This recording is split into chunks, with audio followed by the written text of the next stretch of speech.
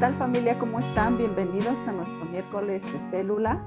Gracias por estar con nosotros. Confiamos en que el Señor nos ayuda a aprender, a crecer, a valorar su bendita palabra. Y pues te invito a que vayas por tu Biblia. Estamos todavía en el capítulo 8. Es un capítulo muy extenso, pero también es un capítulo lleno de esperanza y un capítulo que le da sentido a nuestra fe, le da sentido a nuestra perseverancia y que a pesar de la tribulación vale la pena estar en el Señor. ¿Estás listo? Vamos a orar. Amado Padre, Señor, muchísimas gracias por la oportunidad de este tiempo. Es un tiempo valioso, Señor. Te agradecemos, Padre, que tú puedas, Señor, seguir teniendo este tiempo con nosotros. Sin ti no podemos. Ayúdanos, Señor, a abrir nuestro entendimiento para aprender, Señor, para seguir entendiendo las Escrituras, que son nuestro fundamento de fe, Señor. Te pedimos que estés con nosotros y nos acompañes hasta el final, Señor. Sabemos que es promesa porque tu palabra lo dice, que estarás con nosotros hasta el fin del mundo. Señor, te damos las gracias y te pedimos, Padre, que nos ayudes a perseverar en tu bendita palabra, en el nombre precioso de nuestro Señor Cristo Jesús. Amén. Amén. Bueno, pues hemos venido viendo, estamos todavía en la porción, en los párrafos de Romanos 8, estamos en el subtítulo que dice más que vencedores. Y la semana pasada el pastor Chava nos platicaba, nos explicaba lo que implica que si Dios es por nosotros, ¿quién contra nosotros? Una palabra más de esperanza, además de la que encontramos en el versículo 28. ¿Te acuerdas que hace un par de semanas veíamos que todos los que aman a Dios, todas las cosas nos ayudan a bien? Y es una hermosa promesa de parte de Dios. Y ahora en el versículo 31 dice aquí que si Dios es por nosotros, ¿quién contra nosotros? ¿Quién contra nosotros para impedir caminar con el Señor, para impedir nuestra salvación? ¿Quién contra nosotros para impedir que un día estemos con Él disfrutando de su gloria? ¿Quién contra nosotros? Y fíjate, la semana pasada también el pastor les explicaba que el hecho de que Dios esté con nosotros y por nosotros no tiene nada que ver con las circunstancias de lo que estamos pasando. Y es bien importante poder entender esta porción, porque a veces las personas llegamos a creer que Dios está conmigo mientras me está yendo bien, si todo está resultando favorablemente en mi vida. Y llegamos a creer que cuando nos está yendo mal, las cosas están en contra, pensamos que Dios no está con nosotros o que está en contra de nosotros.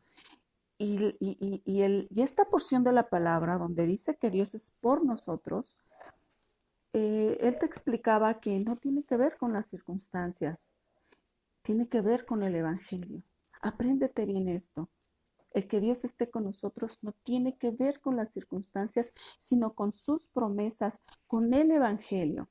Mira, por ejemplo, te voy a poner un ejemplo. En 2 de Corintios capítulo 12 tenemos el caso de Pablo, donde dice que había un mensajero de Satanás que había sido enviado para abofetear a Pablo. ¿Te imaginas? O sea, leer eso puedes decir, pero ¿cómo es posible? Pablo, un siervo de Dios como Pablo, lleno del Espíritu Santo, y resulta que anda por ahí un mensajero de Satanás. Podríamos decir, pues qué injusto. Podríamos pensar, entonces, ¿dónde está Dios? Claro que Dios estaba con Pablo, estaba lleno del Espíritu Santo, pero en medio de todas las cosas hay propósito, hay un propósito poderoso. ¿Por qué sucedía eso con Pablo? Bueno, pues el propósito de Dios, porque Dios lo permitía. Acuérdate que Dios es soberano. El mismo Satanás no puede hacer algo si Dios no lo permite. El propósito de ello era generar en Pablo humildad. ¿Y por qué humildad? Bueno, pues Pablo tenía mucho de qué presumir humanamente hablando. Era un hombre muy preparado, hablaba varios idiomas, era un hombre usado por Dios de una manera tremendamente poderosa. Pero Pablo era humano y como cualquiera de nosotros podemos perder el piso.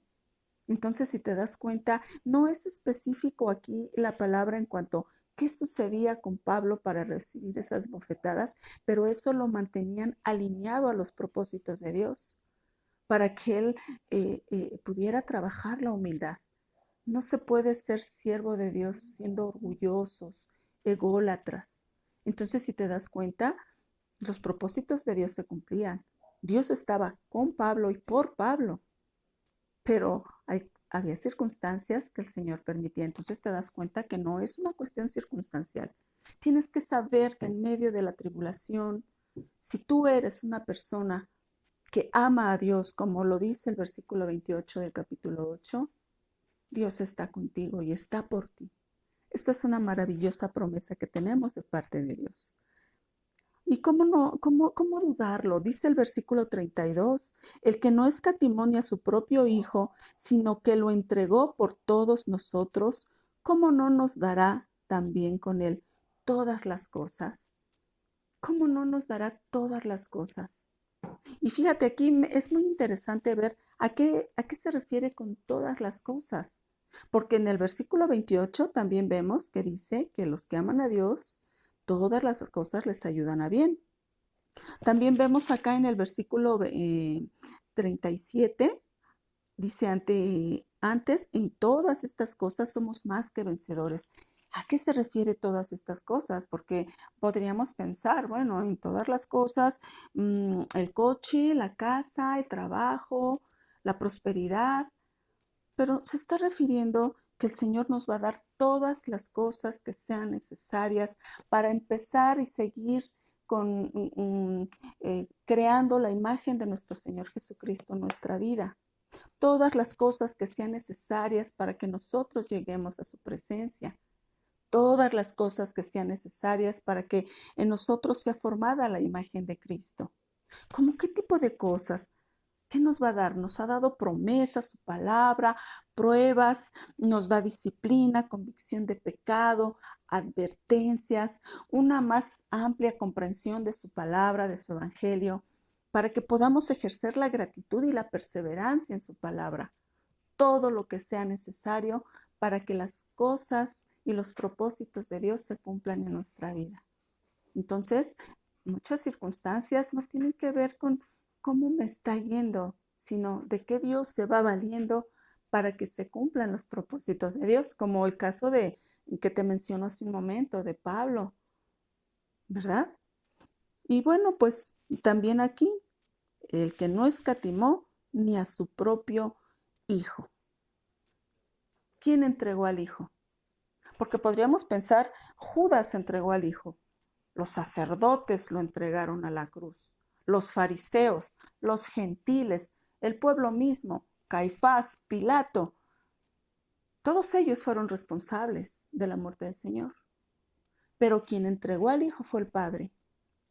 Juan 3:16 dice, porque el Señor de tal manera amó al mundo que ha dado a su Hijo unigénito, para que todo aquel que cree en Él no se pierda, mas tenga vida eterna.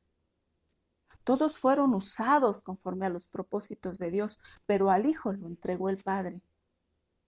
El Señor no escatimó ni a su propio Hijo. Y sabes una cosa, podemos ver un ejemplo tan claro de lo que implica haber sido entregado el Hijo para sustitución nuestra. En Génesis capítulo 22 vemos el caso de Abraham. Abraham, el patriarca Abraham.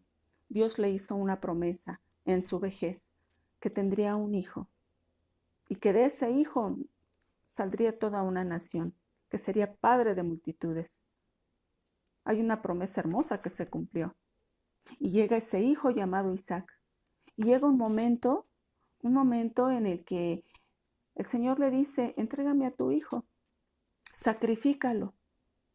Y podríamos pensar, pero ¿cómo es posible que después de una promesa Dios le pida algo así a Abraham? Sin embargo, Abraham tampoco rehusó entregar al hijo. Preparó el holocausto y en el momento en que estaba para sacrificar al hijo, porque Abraham le creía a Dios, a pesar de que las circunstancias parecían tan absurdas, dice la Escritura que el ángel de Jehová lo detuvo y le dijo, no, no lo mates. Ya había el Señor proveído un cordero. Dice la Escritura, un cordero que vino a ser el sustituto de Isaac. No fue sacrificado Isaac, pero sí el cordero que el Señor proveyó. Eso representa lo que muchos años después sucedería con Jesucristo. Isaac encontró un sustituto en ese cordero, en ese animalito que se acercó. Pero Jesús no encontró un sustituto para su sacrificio, porque Él era el cordero. Él era el cordero. ¿Por qué toco este tema? Porque si el Señor no rehusó a su propio Hijo para sustituirnos, que nosotros éramos los que merecíamos la muerte, ¿cómo nos va a negar todas las cosas? Todo lo que necesitamos para salir adelante, para ser victoriosos. Estamos viendo una porción de la palabra que nos dice que somos más que vencedores.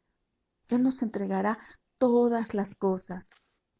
Y todas las cosas nos ayudan a bien. Es importante que tú sepas que todas estas promesas es para los que aman a Dios, para los verdaderos creyentes, para aquellos que están agarrados firmemente del Señor. Por eso, nuevamente, hay una invitación de parte de Dios para aquellos que no le han conocido, que no le han creído, que no le han seguido. Ven a Cristo, porque el capítulo 8, lleno de tantas promesas, no termina aquí en el capítulo 32. Vamos a ver lo que sigue en el capítulo 33. ¿Quién acusará a los escogidos de Dios? Dios es el que justifica. También el pastor mencionaba la semana pasada que nadie nos puede acusar, nadie nos puede condenar. Recordemos lo que nos dice el capítulo 8 en su primer versículo. Ninguna condenación hay para los que están en Cristo Jesús. Ninguna. ¿Por qué el Señor aquí no lo aclara? Porque el enemigo es experto en acusar. Él siempre nos va a estar acusando de algo. Y como somos pecadores, muchas de sus acusaciones serán ciertas. Porque sí, hay vituperación en los hijos de Dios. Muchos podemos llegar a ser acusados de algo que no hicimos. Pero cuando el enemigo nos acusa del pecado que hay en nuestra vida. No somos tan inocentes. Pero aquí tenemos algo maravilloso. Dios es el que justifica. En el gran tribunal del Señor, las acusaciones de Satanás no van a tener poder. Porque nosotros podríamos decir, pero es que todavía estoy tan lejos de parecerme a Jesús. Porque el propósito de Dios es ir siendo formados conforme a la imagen de nuestro Señor Jesucristo. Y si volteamos a ver nuestra humanidad, sabemos que estamos tan lejos de parecernos a Él. Pero entonces es importante poder analizar el plano legal en el sentido espiritual. En el gran tribunal de Dios, las acusaciones del enemigo no tendrán poder. ¿Por qué? Porque el Señor entregó al Hijo. Porque el juez supremo nos ha revestido de la justicia del Hijo. Y no hay condenación para nosotros. Esto es algo maravilloso. ¿Quién nos podrá condenar? Nadie. Nadie, porque si alguien nos ha justificado, nos ha renovado, nos ha predestinado para caminar con Cristo, no hay poder humano ni poder en el mundo de las tinieblas que nos pueda acusar. También el pastor mencionaba la semana pasada, nuestra salvación no nos puede ser arrebatada. Para aquellos que aman a Dios, para los verdaderos creyentes, aún en medio de que fallamos, nuestra salvación no puede ser arrebatada. En el gran tribunal de Dios no hay ese tipo de estrategias como para que el enemigo venga a salir con algo nuevo para podernos condenar. No lo hay. No hay poder más grande que lo que ya hizo nuestro Señor Jesucristo en la cruz del Calvario. Y para ir concluyendo algo que ya se mencionó la semana pasada, ¿quién es el que condenará?